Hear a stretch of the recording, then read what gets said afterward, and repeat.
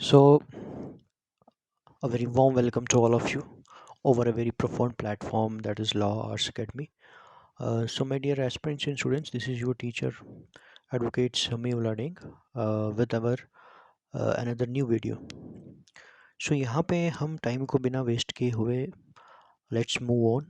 अभी तक हमने जो पढ़ा हुआ है इस जो हमारा जो सस्टेनेबल डेवलपमेंट के ऊपर जो भी हमने अभी तक डिस्कस जो गोल्स को डिस्कस किया है, तो इन्हीं में हम जो है अब फर्दर जो है आगे कंटिन्यू करने वाले हैं।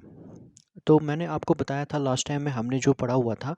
लास्ट टाइम में हमने किसको कवर किया था? मैंने आपको सस्टेनेबिलिटी के ऊपर, मैंने आपको कंजर्वेशन के ऊपर थोड़ा बहुत जो है बता दिया था कि एक्चुअली सस्टेनेबिलिटी क्या है, कंजर्वेशन क्या है। तो आई होप कि वो आपको समझ आ चुका होगा। तो अब हम एक एक करके एक एक गोल को डिफाइन करेंगे और उसके बाद रिलेट करेंगे कि व्हाट इज़ द नेसेसिटी क्यों रही, किस सस्टेनेबिलिटी जो हमने पढ़ा। अब डेवलपमेंट तो अभी हमने पढ़ना है, उस नेक्स्ट वीडियो में श्योरली मैं डेवलपमेंट को डिफाइन करूँगा। तो सस्टेनेबिलिटी आपको पता चल गया थोड़ा बहुत। अब जो गोल्स इसके ऊपर बने हुए हैं, तो वो गोल्स कैसे रिलेट करते हैं उसके साथ। यहाँ पे हम टाइम को बिना वेस्ट किए हुए आज का जो मेन का हमारा जो मेन मेन जो गोल है हमारा, वो क्या है। यहाँ पे अगर मैं डिफाइन करूँ इस गोल की, अगर मैं बात करूँ, ये जो हमारा जो कि किसके ऊपर ज़्यादा फोकस कर रहा है, ये गोल किस चीज़ के ऊपर ज़्यादा फोकस कर रहा है, ये इस चीज़ के ऊपर ज़्यादा फोकस कर रहा है। अगर मैं गरीबी की बात करूँ, हमारे अगर इंडिया की मैं बात करूँ, अगर या वर्ल्ड की हम बात करें, ये गरीबी जो है ये एक किस्म का आप कह सकते हो, इसकी कोई भी फॉर्म हो सकती है, इसकी बहुत सारी टाइप्स भी हो सकती हैं। अब यहाँ पे जो एक इनिशिएटिव लिया गया है कि इस गरीबी को जो है हटाना है, पूरी तरह से इसको जो है इरिडिकेट करना है, इसको इस गरीबी को। तो अगर इसके बारे में अगर ये गोल्स रखे गए हैं और इसका पहला गोल ये है, तो यहाँ पे इसका मतलब ये है कि हमें फिर इस चीज़ को हमें समझना है, अच्छी तरीके से हमें इस चीज़ को समझना है कि एक्चुअल में जो गरीबी है, चाहे वो एब्सोल्यूट पॉवर्टी हो या किसी भी तरह की कोई फॉर्म गरीबी की जो है बताई जाती है, तो वो किस तरह से हमारी या हमारी सस्टेनेबिलिटी डेवलपमेंट के ऊपर उसको एक जो है उसके लिए एक रुकावट है कि आने वाली जनरेशन्स के लिए प्रॉब्लम ना हो। इसीलिए जो है ये बड़ा इम्पोर्टेंट पहला गोल है, इसको बड़े अच्छे से समझना है। ये आपको तभी समझ आएगा जब आप क्या करेंगे, जब आप इसके इफ़ेक्ट्स को, इसके साइड इफ़ेक्ट्स को पढ़ेंगे। मैंने वही कहा कि अगर मैं दुनिया की बात करूं, कंट्रीज़ की बात करूं, या वर्ल्ड की बात करूं, तो अलग अलग तरह की जो है फॉर्म्स हैं गरीबी की। चाहे वो कोई भी फॉर्म ले लीजिए, चाहे मैं अगर इंडिया की बात करूं, हमारी जो है हमें रेशो क्या रहा है, या अगर वर्ल्ड की बात करूं तो उसमें क्या रेशो रहा है। तो वो वेरी कर रहा है, और वेरी कर तो रहा है, बट वो with the passage of time escalate भी कर रहा है। तो अब इसका मतलब है ये एक बहुत बड़ा कंसर्न है हर एक कंट्री के लिए, वर्ल्ड कम्युनिटी के लिए।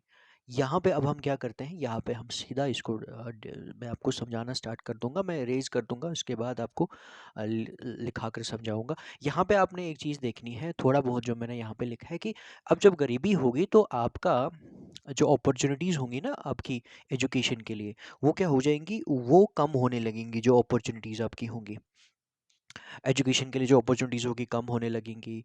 या मैं ये चाहता हूँ आप इसको थोड़ा बहुत नोट कर ले पहले। वैसे आपको नोट करने की ज़रूरत तो नहीं है, क्योंकि इस बार सिर्फ आपने समझना है। आप समझेंगे फिर इसको अच्छे से डिफाइन कर पाएंगे, ठीक है।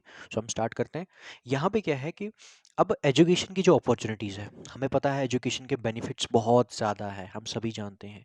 अब एजुकेशन के बेनिफिट्स अगर बहुत ज़्यादा है, ठीक है, बट वो एजुकेशन तो एसएस एसएस भी तो होनी चाहिए ना। वो एजुकेशन जो है एसएस भी होनी चाहिए। एसएस का मतलब ये आ गया कि क्या एजुकेशन जो है हर कोई जो है सेक्शन ऑफ सोसाइटी एसेस कर रहा है कि नहीं, वो एक बहुत बड़ा कंसर्न है। तो दूसरा ये आया कि जो डिसीजन मेकिंग जो प्रोसेसेस होते हैं, मतलब डिसीजन मेकिंग प्रोसेसेस आप ले लीजिए, मतलब पॉलिटिकल जो मैकेनिज्म है हमारी कंट्री का या बाकी कंट्रीज़ का, उनमें एक पर्सन जो है उसमें पार्टिसिपेट कर सकता है, उसके अलावा किसी भी सेक्टर में ज्वाइन कर सकता है। तो सोसाइटी में ज़रूरी नहीं है कि यहाँ पे पॉलिटिकल फ्रेम ऑफ रेफरेंस की बात की जा रही है, ऐसा नहीं है। यहाँ पे कोई भी हो सकता है, डिसीजन मेकिंग प्रोसेस कोई भी हो सकता है। हाँ, आप जो है मैन्युफैक्चरिंग प्रोसेसेस जो होते हैं, मैन्युफैक्चरिंग प्रोसेसेस, यहाँ मैं वो प्रोसेसेस की बात नहीं कर रहा हूँ। मैन्युफैक्चरिंग प्रोसेसेस आ गए जो इंडस्ट्रीज़ है, ठीक है? इंडस्ट्रीज़ में जो इंडस्ट्रियलिस्ट है, ठीक है? तो इंडस्ट्रियलिस्ट का मतलब ये आ गया कि उसमें जो हम पढ़ते हैं हमेशा, इंडस्ट्रियलिस्ट आ गए, कैपिटलिस्ट क्लासेस आ गए और वर्कर्स आ गए। तो उसमें डिसीजन मेकिंग पावर होगा। डिसीजन मेकिंग पावर क्या होगा? कि तभी होगा जब आपकी कंडीशन अच्छी होगी। उस इसके अलावा जैसे हम पढ़ते हैं, आपने देखा होगा जब भी हम ऑक्यूपेशनल स्ट्रक्चर को पढ़ते हैं, ऑक्यूपेशनल स्ट्रक्चर जब आप पढ़ते हो, उस ऑक्यूपेशनल स्ट्रक्चर में आपको बड़ी चीज़ें समझ आती हैं, ठीक है? उसमें हम देखते हैं कि कितने लोग जो हैं हमारे प्राइमरी सेक्टर में, हमारे अ, इसमें सेकेंडरी सेक्टर में हैं, प्राइमरी सेक्टर में, सेकेंडरी सेक्टर में, और जो थर्ड वाला हमारा सेक्टर है, उसमें कितने लोग जो है वो एम्प्लॉय है, काम करते हैं, ठीक है? तो कहने का मतलब ये है कि हमारी सोसाइटी में, वेदर वो एक पॉलिटिकल वो हो स्पेयर हो, वेदर इकोनॉमिक स्पेयर हो, कोई भी स्पेयर हो, उसमें हर एक पर्सन का डिसीजन मेकिंग का जो है पार्टिसिपेशन पॉसिबल हो। और वो तभी तो पॉसिबल होगा ना जब वो इसकी इल इफेक्ट से जो है दूर होगा।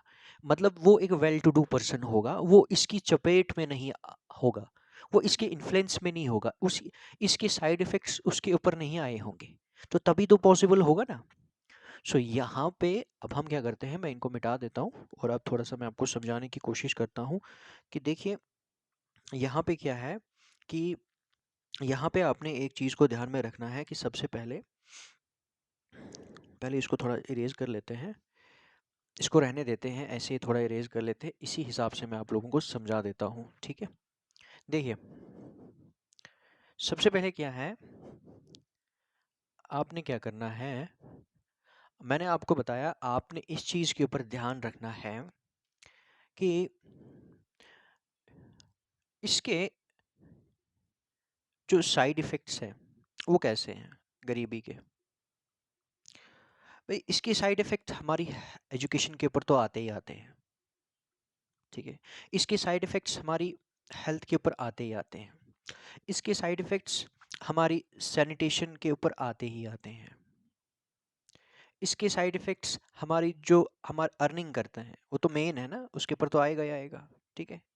उसके ऊपर आते ही आते हैं। और उसके बाद इसके जो साइड इफ़ेक्ट्स हैं किसके ऊपर आते हैं, हमारे जो साइड इफ़ेक्ट्स हैं वो किस चीज़ के और ऊपर आएंगे। अब गैस कीजिए, मैंने हेल्थ भी ले लिया, आप उसके बाद इसमें एजुकेशन भी आ गया। अब ले लीजिए हेल्थ में बड़ी चीज़ें आ गई, उसमें मॉल न्यूट्रिशनल प्रॉब्लम्स है, डेफिशिएंसीज है, ठीक है? तो उसके बाद ये कहता है कि ठीक है, इसका मतलब है कि ये किसकी बात कर रहा है, एक वेल बीइंग की बात कर रहा है, एक ऐसा लाइफ जिसमें हमारे जो स्टैंडर्ड्स हैं वो अच्छे हैं। मतलब एक, ये किसकी बात कर रहा है, एक एक क्वालिटेटिव लाइफ की बात कर रहा है ये, एक क्वालिटेटिव लाइफ की बात कर रहा है? ऐसी लाइफ जहाँ जिसमें क्वालिटी हो।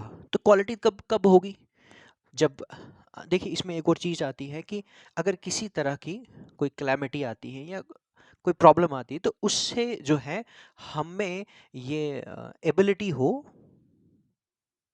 उससे रिकवर करने की, है जल्दी से हम अगर जैसे कोई पैंडमिक है या कोई भी है, नेचुरल क्लैमिटी है या कोई भी चीज़ है, तो उससे हम रिकवर कर सकें।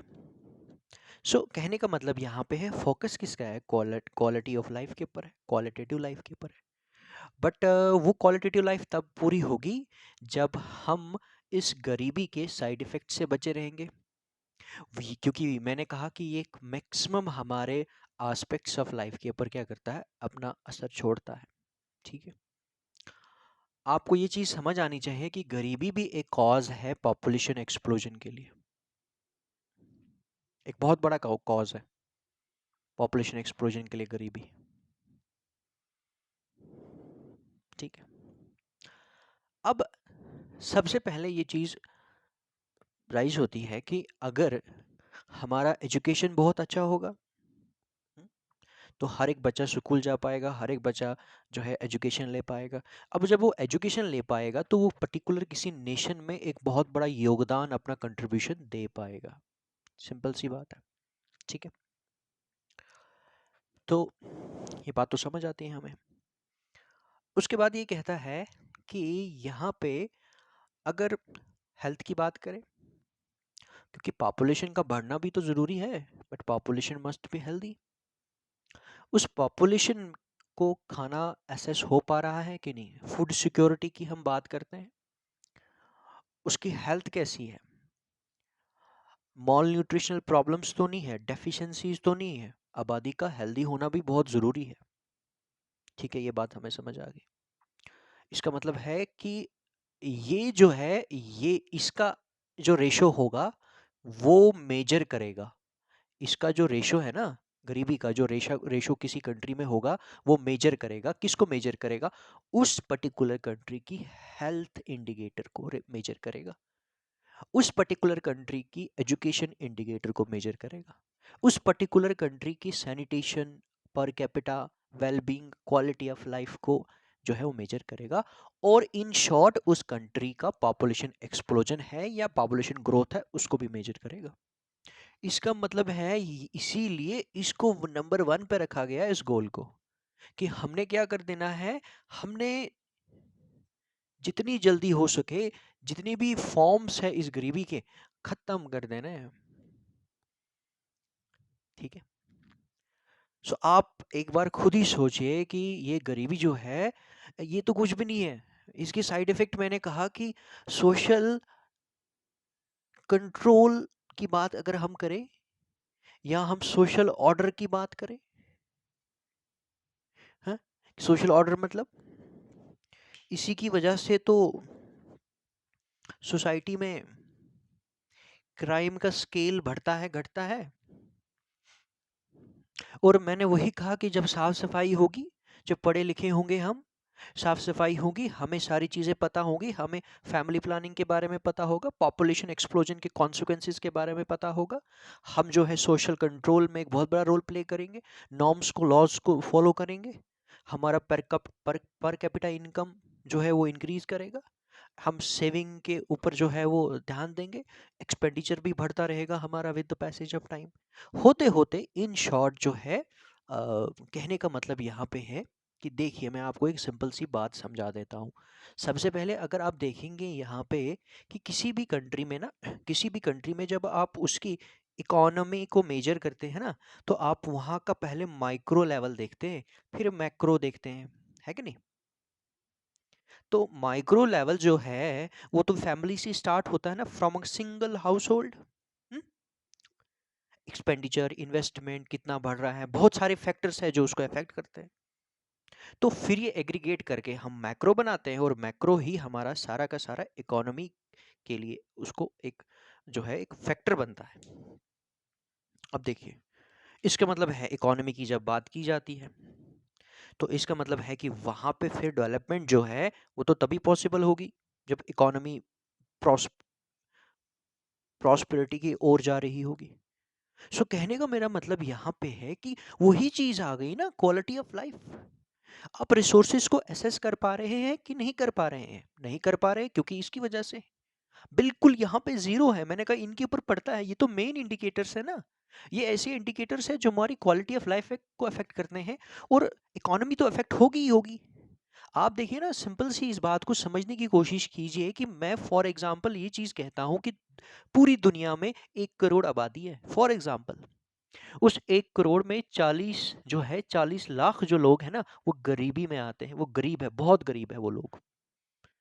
और वो जो गरीबी है वो बढ़ती रहेगी। जब वो बढ़ती रहेगी, आपको क्या लगता है कि 60 लाख के ऊपर जो है वो असर नहीं पड़ेगा? पड़ेगा ही पड़ेगा। देखिए, मैक्सिमम जब हमारी आबादी इस तेजी के साथ गरी, क्योंकि ये ऐसा एक फैक्टर है जो बढ़ता जाएगा, वो कम नहीं होगा, इसके स्केल बढ़ता जाएगा, कम नहीं होगा।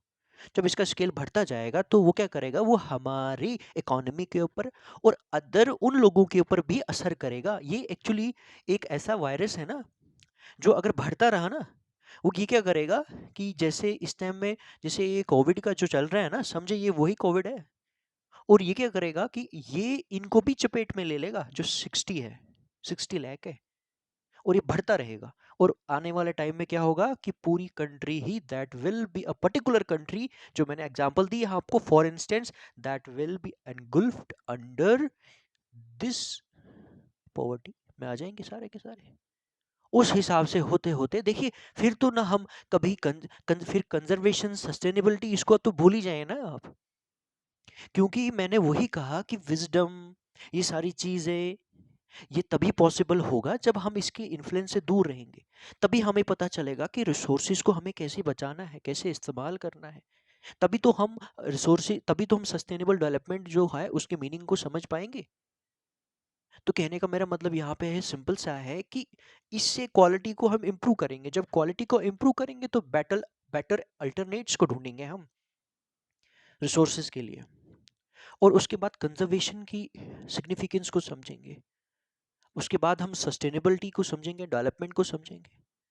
तो ये एक ऐसा वायरस है जो बाकी बढ़ता रहा तो बाकियों को भी उस अपनी चपेट में ले लेगा। ये बहुत बड़ा, इसीलिए इसको फर्स्ट में इंक्लूड किया है। सो आई होप कि आपको समझ आ गया। नेक्स्ट वीडियो में मैं जब सेकंड वाला गोल पढ़ाऊंगा, इसको भी डिफाइन करूंगा मैं, क्योंकि एक गोल दूसरे के साथ रिलेट करेगा, दूसरा तीसरे के साथ, ऐसे ऐसे चलता रहेगा। सो मैं यहाँ पे फिनिश करता हूँ इसी के साथ। नेक्स्ट गोल मैं पढ़ाऊंगा अपनी वीडियो में, नेक्स्ट आने वाली वीडियो में, ठीक है। So see you and bless you all, bye bye.